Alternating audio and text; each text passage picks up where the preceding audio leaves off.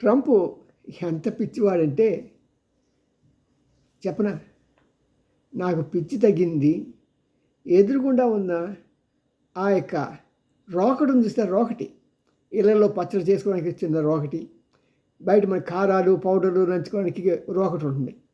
అలాంటి రోకటిని చూపించి ఇది నాకు తలకి కట్టండి, నాకు పిచ్చిపోతుంది అన్నాడు. అలాంటి బ్రహ్మ పిచ్చిగాడు వీడే.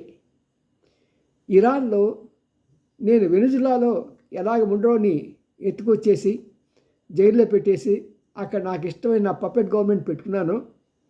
దాంతో వార్ కాన్ఫరెన్స్ అయిపోయాడు ట్రంప్.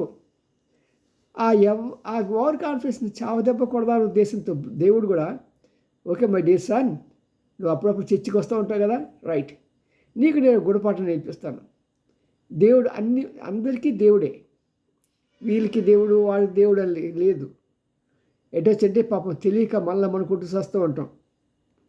ఇప్పుడు నేనున్నాను, నా భార్యకి మొగుడిని, మా అమ్మకి నేను కొడుకుని, మా అక్కకి నేను తమ్ముడిని, నా చెల్లికి అన్నని, నా పిల్లలకి నేను తండ్రిని. పేర్లు మారాయి కదా, బట్ ఐఎమ్ ది వన్. అలాగే దేవుడు ఎవరికి డాడీ అంటే సంతోషిస్తాడు. ఏం కావాలమ్మా అంటాను నేను. ఏమండి అంటే మావిడ, ఏ రైతు బజార్లు కూల తేవాలా, చికెన్ తేవాలా అంటాను నేను. మా నాన్నగారు, రే రామ్జీ అంటే అనుకున్నాను, ఏం డాడీ ఏం గుడికి వెళ్తారా, డ్రాప్ చేయనా? ఇలాగా వారి అవసరాలు ఎరిగి ఉన్న నేనే వారికి కావాల్సిన ఏర్పాటు చేసినప్పుడు దేవుడు చేయడా? మరి ట్రంప్కి ఆ మాత్రం బుద్ధి లేదు. సరే, ఇరాన్ని అండర్ ఎస్టిమేట్ చేసి ఆ ఇరాన్ చెప్పు చేతిలో చావు దెబ్బ తిన్నాడు. కండు లొట్టలు పోయాయి. కారణం ఏంటి? అందులో కొట్టం కూడా ఎప్పుడు కొట్టేది తెలుసండి, రంజాన్ మాసంలో. ఎప్పుడైనా ఎవరికైనా ఒక మతానికి పవిత్రమైన రోజుల్లో వాళ్ళని టచ్ చేయకూడదండి. దాని మీద నీకు నమ్మకం ఉండొచ్చు, ఉండకపోవచ్చు. ఇదోరు చూస్తారా కొంతమంది, బహుశా చంద్రబాబు గారి ప్రభుత్వంలో అనుకుంటా, ఈ కరెంట్ కొంచెం స్ట్రైక్ చేస్తున్నప్పుడు ఈ బయట కరెంటు వైర్స్ మీద బట్టలు ఆరేసుకునేవాళ్ళు. అది పెద్ద చూపిస్తూ ఉండేవాళ్ళు అనమాట, మీకంటే ఆరేసాము, అది ఆరేసామని.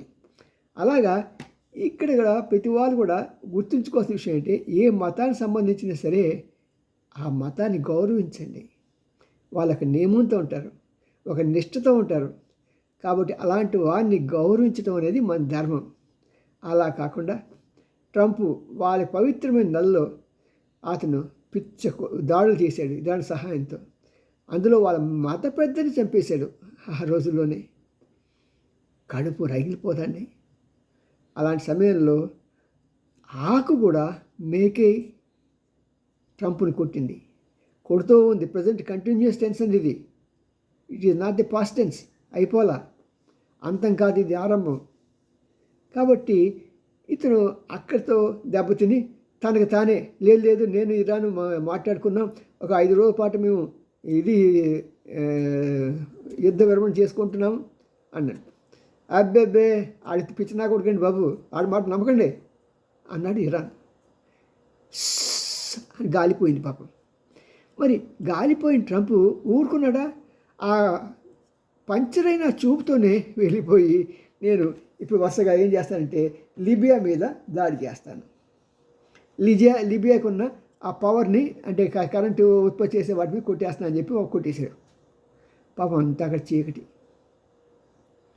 వీడి బుద్ధే చీకటి. మా ఫ్రెండ్ ఒక అతను అంటున్నాడు, బైబిల్లో ఒక అతని పేరు ఉంటుందండి, అతని పేరు నాశనపుత్రుడు అని. నిజమే, పంపు నిజంగా అమెరికా వాళ్ళకి నాశనపుత్రుడే. వాళ్ళ నాశనానికి ఈయన పనిచేస్తున్నాడు ప్రెసిడెంట్గా. బట్ ఏదైనా సరే వాళ్ళు గుర్తించాలి, మనకు కష్టం ఉంది కాబట్టి మనం ఎలా ఆయన నాశనపుత్రుడే అంటాం. మరి ఇలాంటి సమయంలో ఆయన నేను వెనుజులాని కొట్టినట్టుగా ఇక్కడ క్యూబాని కొట్టేస్తాను. క్యూబా అంటే అలాగే నిజంగా ఎన్నో ఆంక్షలు ఉన్నా సరే చాలా డెవలప్ అయిన కంట్రీ. కానీ అమెరికా యొక్క మూర్ఖత్వంతో దాన్ని నాశనం చేసి లోకల్గా పాలిటిక్స్ ప్లే చేసి నానా బిబ్బొచ్చం చేసి చాలా దారుణంగా ప్రజలు తీర్చింది. ఒకప్పుడు క్యూబా అంటే ఫెడరల్ కాస్ట్రో మహానుభావుడు, కమ్యూనిస్ట్ కామ్రేడ్.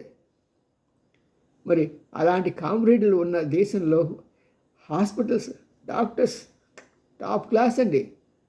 అలాంటి లిబియాని ఈయన కన్ను దృష్టి పడితే చాలు, అమెరికా కన్ను దృష్టి పడితే చాలన్నమాట, ఆ పట్టణం కానీ ఆ దేశం కానీ నాశనమే.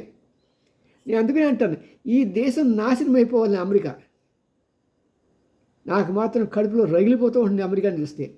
అమెరికా ప్రజలు మంచివారు అవ్వచ్చు కాక, కానీ నేను అమెరికా ప్రజలుగా మంచివారు కాదని చెప్తాను. ఎందుకంటే ఎవరైతే అసత్యాన్ని, ఎవరైతే దుర్మార్గాన్ని సపోర్ట్ చేసి అందరిని ఎక్కిస్తూ ఉంటారో వారు కూడా దానిలో పాలిభాగస్తులే. అందుకని మనకి ఇక్కడ కౌరు సభలో అంటారన్నమాట, ఎవరైతే ఈ రోజున ధర్మానికి మీరు సపోర్ట్ చేయరో మీరంతా అధర్మంగా ఉన్నవారుగా పరిగణిస్తామని. నిజమే, అలాగా పరిగణిస్తాం.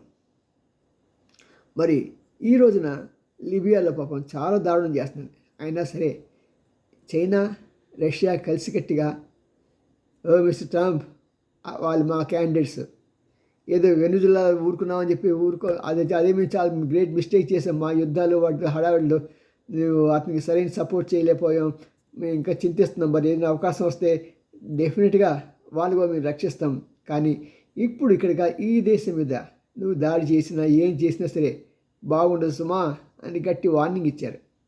ఇవ్వాలండి. అయితే ఏకపక్ష ఇది ప్రపంచాన్ని మొత్తాన్ని చండశాసనలాగా, నాశన పుత్రుడిలాగా నాశనం చేస్తుంటే ఎలాగా? అవును కదా. మరి అలాంటి ట్రంప్ ఈ రోజున వెనుజులా, అక్కడితో కాదు గ్రీన్లాండ్ మీద నేను వదులుకోను, నా జాస. గ్రీన్లాండ్ తర్వాత పాకిస్తాన్ తర్వాత మరి పాకిస్తాన్ ముందా ఇండియా ముందో చెప్పలేం.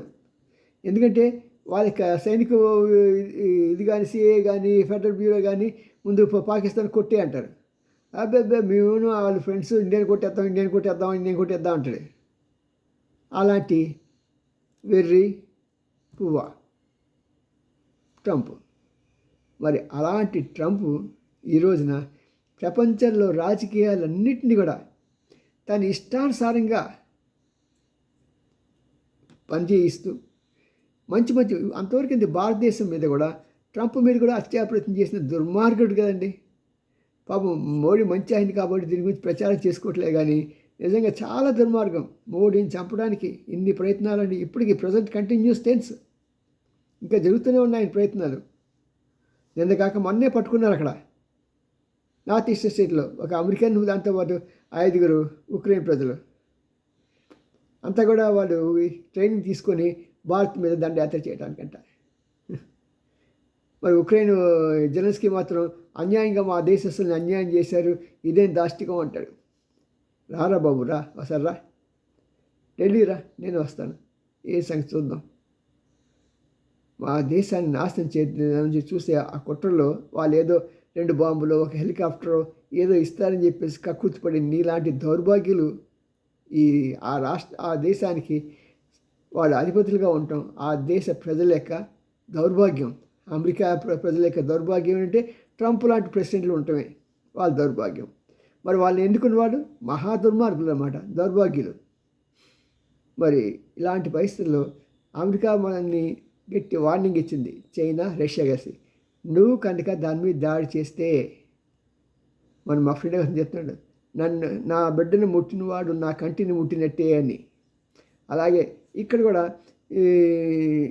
నువ్వు కనుక వెనుజులాలా కాకుండా లిబియాని కనుక టచ్ చేసిన, గ్రీన్లాండ్ టచ్ చేసినా సరే, గ్రీన్లాండ్ గురించి ఇరాన్ కూడా చెప్పింది, గ్రీన్లాండ్ నువ్వు కనుక టచ్ చేసావంటే నేను ఊరుకొని జాగ్రత్త సుమా.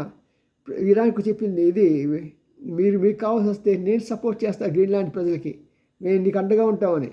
ఎంత దమ్ము ఉండాలని, అంత భారీ నష్టం చూస్తూ కూడా అది దిల్ అండి, అది దిల్. సాధారణంగా మేము ఢిల్లీలో ఉన్నప్పుడు దిల్దార్ అనేవాళ్ళం, అంటే మేము ఢిల్లీ వాసులంతగా ఢిల్లీ మంచి పెద్ద హృదయం ఉన్న వాళ్ళ నుంచి ఫోజు కొడుతూ ఉండేవాళ్ళం. అలాగా ఈ ఇరాన్ కూడా దిల్దార్ కంట్రీ అండి.